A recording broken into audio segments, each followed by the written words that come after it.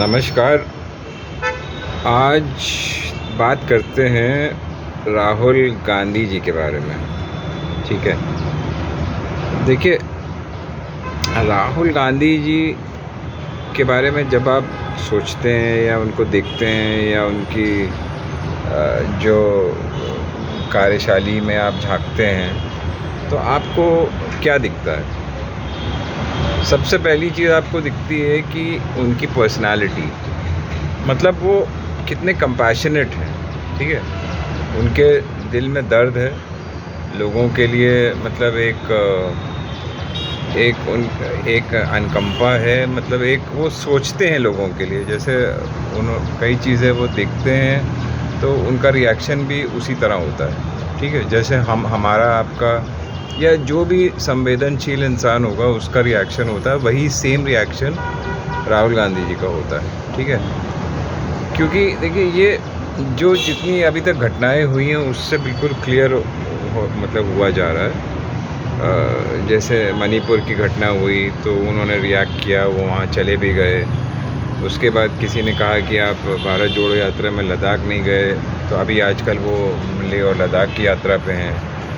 फिर उन्होंने जो सोशल मीडिया पे देखा कि जो सब्जी वाले का, जो रामेश्वर जी का जो प्रॉब्लम था, टमाटर के जब दाम बढ़ रहे थे तो उसकी हालत उनसे देखी नहीं गई, तो वो चले गए आज़ादपुर सब्जी मंडी एक दिन सुबह बिना किसी को बताए हुए कि भाई उन्होंने सोचा कि वहाँ वो मुझे मिल जाएगा और भी लोगों से मैं मिलूँगा, वहाँ पे उनका मैं मतलब दुख दर्द समझूँ, क्या बात है, क्यों ऐसा हो रहा है।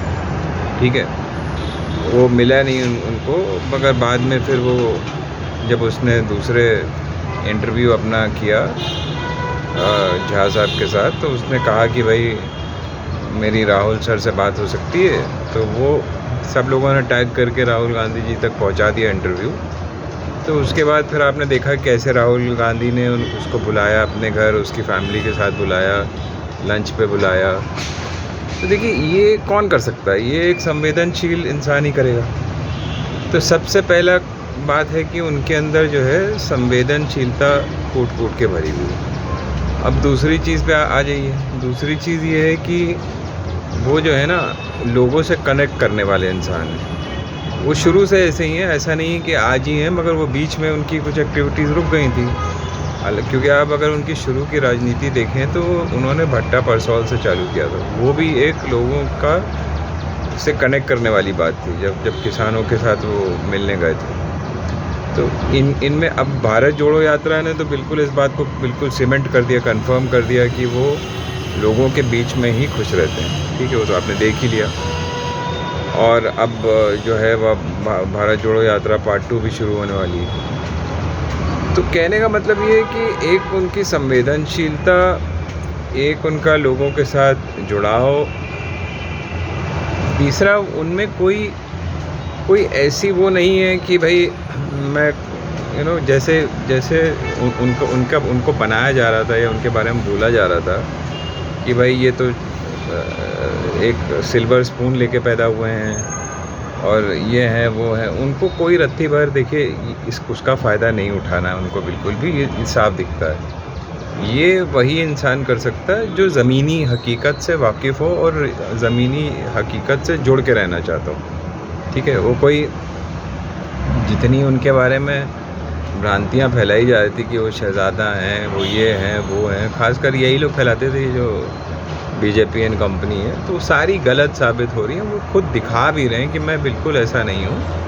और ये जो लोग अगर उनके पॉलिटिक्स फॉलो कर रहे हैं उनको खुद समझ जाना चाहिए था अब तक, मगर क्योंकि झूठ फैलाया जा रहा था तो बेचारे देख नहीं पा रहे थे।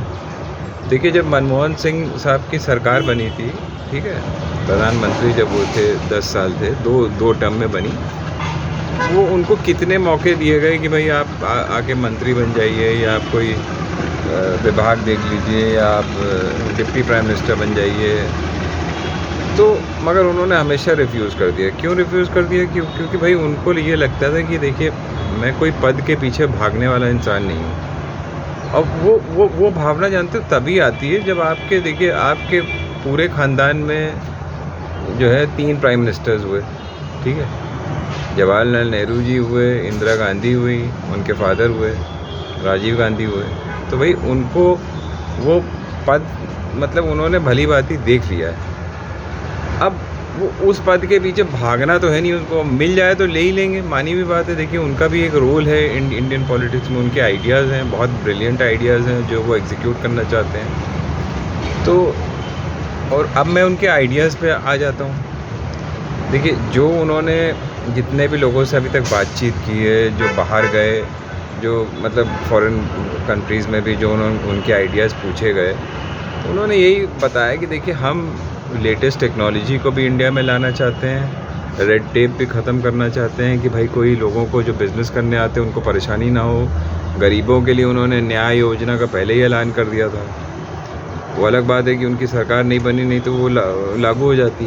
उन्होंने अभी भी देखिए जब वो रामेश्वर जी के साथ लंच किया तो उनसे भी पूछा कि भाई आपका क्या क्या कहना है इस योजना के बारे में। तो उन्होंने कहा साहब बहुत अच्छी योजना है, अगर ऐसा कुछ हो जाए तो गरीबों का भी ख्याल हो जाएगा। तो देखिए सवाल ये है कि वो जो उनकी योजनाएं सारी जो है ना, जितनी कांग्रेस गवर्नमेंट भी देखिए लागू कर रही है अब स्टेट्स में, उन सब में कहीं ना कहीं राहुल गांधी जी का भी हाथ है, इन द सेंस कि और वो सारी जो है पीपल ओरिएंटेड है। कोई ये नहीं है कि कोई मुफ्त में बांटे जा रहा है। देखिए सबका एक स्कोप है। कोई अब जैसे कहीं पे भी आप देख लीजिए, जैसे गैस सिलेंडर का क्योंकि इन्होंने दाम बढ़ा दिया बीजेपी सरकार ने, सब्सिडी हटा करके, तो गरीब मारा जा रहा है, तो उसमें सब में 500 कर दिया गया। उसी तरीके से जो फ्री चावल बांटने की योजना बेंगलोर में, कर्नाटका में, वो इसी उससे उद्देश्य से थी क्योंकि भाई लोगों को जो है प्रॉब्लम ना हो, मतलब जो गरीब तबके के लोग हैं उनके लिए खासकर, जो उनको पावर कहीं कहीं मतलब जो यूनिट्स फ्री कर दिए गए, कहीं उसके मतलब 100 यूनिट या 200 जो भी, कहीं 100 है कहीं 200 है यूनिट, वो फ्री है। उसके ऊपर के 100 यूनिट आधे दाम पे हैं। तो ये सब छोटे जो कंज्यूमर्स हैं उनके लिए, मिडिल क्लास के लिए भी उसी में आ जाता है। तो देखिए ये सारी चीज़ें हैं ना। अभी जो और एक जो स्कीम जो कर्नाटका में लॉन्च की है, ये मतलब 2000 रुपये देने की, जो औरतें हैं उनके लिए। अब वो युवाओं के लिए एक स्कीम बची है, उसको भी उन्होंने उसकी डेट तो अनाउंस कर दी, वो भी करेंगे, जिसमें हर एक युवा को महीने में जो है मतलब दिया जाएगा 6000 रुपये ग्रेजुएट्स को, और वैसे दूसरों डिप्लोमा होल्डर्स को 3000 रुपये। ये एक तरीके का एम्प्लॉयमेंट अलाउंस होगा कि जिनको नौकरी अभी नहीं मिली है उनको सस्टेन करने के लिए होगा।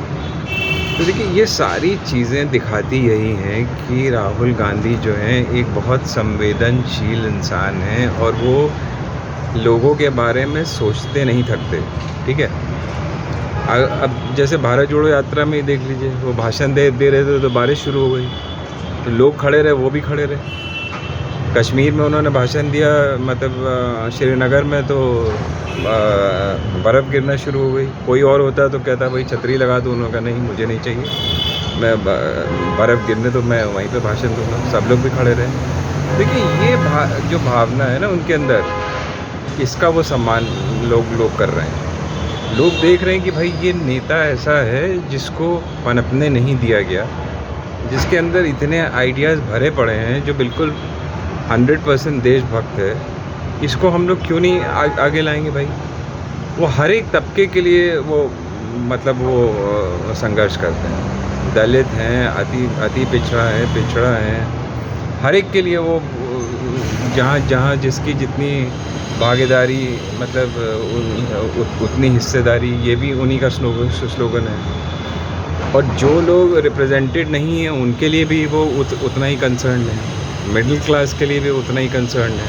देखिए हमको दोनों पॉलिटिक्स को अलग अलग डिवाइड करना पड़ेगा। जो हमारे जो गांव के रहने वाले लोग हैं उनकी नीड्स अलग हैं, और जो अर्बन मतलब जो शहरों में रहते हैं उनकी नीड्स अलग है। ठीक है, अब उन्होंने जैसे एक जगह स्टार्ट कराया कि जैसे मनरेगा रूरल उसमें होता है, वैसे अर्बन में भी चालू किया है कि जो जॉब्स में मतलब वो मिलेगी लोगों को। तो ये सारी चीज़ जो है ना, ये राहुल गांधी को उभारती हैं आगे, और उनकी पर्सनालिटी बिल्कुल निखर के सामने आती है। अब मैं किसी के साथ कंपैरिजन नहीं करना चाहता, कंपैरिजन तो आप खुद ही कर सकते हैं, आपको मालूम ही है। मगर मैं उनकी खूबियाँ ही आपको बता रहा हूँ, ठीक है। तो ये कहना कि मतलब उनकी पॉपुलैरिटी बढ़ नहीं रही है तो बिल्कुल गलत होगा। देखिए सारे लोग जो है ना मोर और लेस उनको अब पसंद करने लगे हैं, क्योंकि देखिए अभी तक वो उनकी कोई भी बात सामने नहीं आई थी। भारत जोड़ो यात्रा करने से, बाहर निकलने से, लोगों से मिलने से, सोशल मीडिया के ज़रिए ही उनकी जो है चमक बढ़ रही है दिन पे दिन। और वो ऐसा नहीं है कि वो चमकाना चाहते हैं, वो चाहते हैं अपना काम करना, और लोगों को मतलब धीरे धीरे ये लोगों के बीच में बात आई जाती है। अब भले ही चैनल्स उनको ना दिखाते हों, क्योंकि अब देखिए ये भी एक मजबूरी है। अब मजबूरी है या जानबूझ के करते हैं मुझे नहीं मालूम, बट चैनल्स उनको, मीडिया जो नॉर्मल जो मेन स्ट्रीम जिसको कहा जाता है, वो सारे बीजेपी के साथ चिपके हुए हैं। अब उनके जो भी रीज़न्स हो, मैं उस पर अपना टाइम बर्बाद नहीं करना चाहता, बट ये भी एक फैक्टर है। तो देखिए लोगों को खुद डिफरेंशिएट करना है। आप देखिए संवेदनशील नेता चाहते हैं जो आपका ख्याल रखे, आपकी देखभाल करे, और भारत माता में भी बिलीव करता हो बिल्कुल 100%, मतलब अपने देश के साथ खड़ा हो। हर चीज़ पे वो बात करते हैं। देखिए चाइना में प्रॉब्लम हुई, वहाँ पे उन्होंने उसके बारे में भी बोला। ऐसा नहीं कि वो उसके लिए वो चुप हो गए।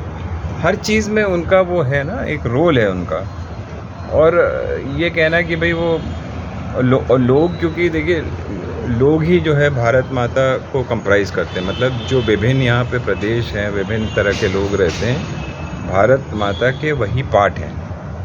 घूम फिर के वही भारत माता को कंप्राइज़ करते हैं। स्टेट तो हैं ही अपनी जगह, ठीक है, मगर सिंबॉलिक हैं। जो स्टेट्स में रहने वाले लोग हैं वही भारत माता को कंप्राइज़ करते हैं, मतलब वही मिलजुल के भारत माता को बनाते भी हैं। तो हालांकि जो हमारा प्रियम्बल में भी जो कहता है कि India that is Bharat is a union of states, तो ऑब्वियस सी बात है कि हम स्टेट्स के उनके बारे में, उनकी फेडरल स्ट्रक्चर के बारे में भी बात कर रहे हैं, मगर हम उनके जुड़ाव के बारे में भी बात कर रहे हैं। ये नहीं है कि मतलब हम उसको यूनियन को दोनों तरफ से इंटरप्रेट कर रहे हैं, ठीक है। तो ये सारी बातें देखनी पड़ेंगी, और उसी हिसाब से आपको अपना मन बनाना पड़ेगा जब आप वोट करने जाएंगे। जय हिंद, जय भारत।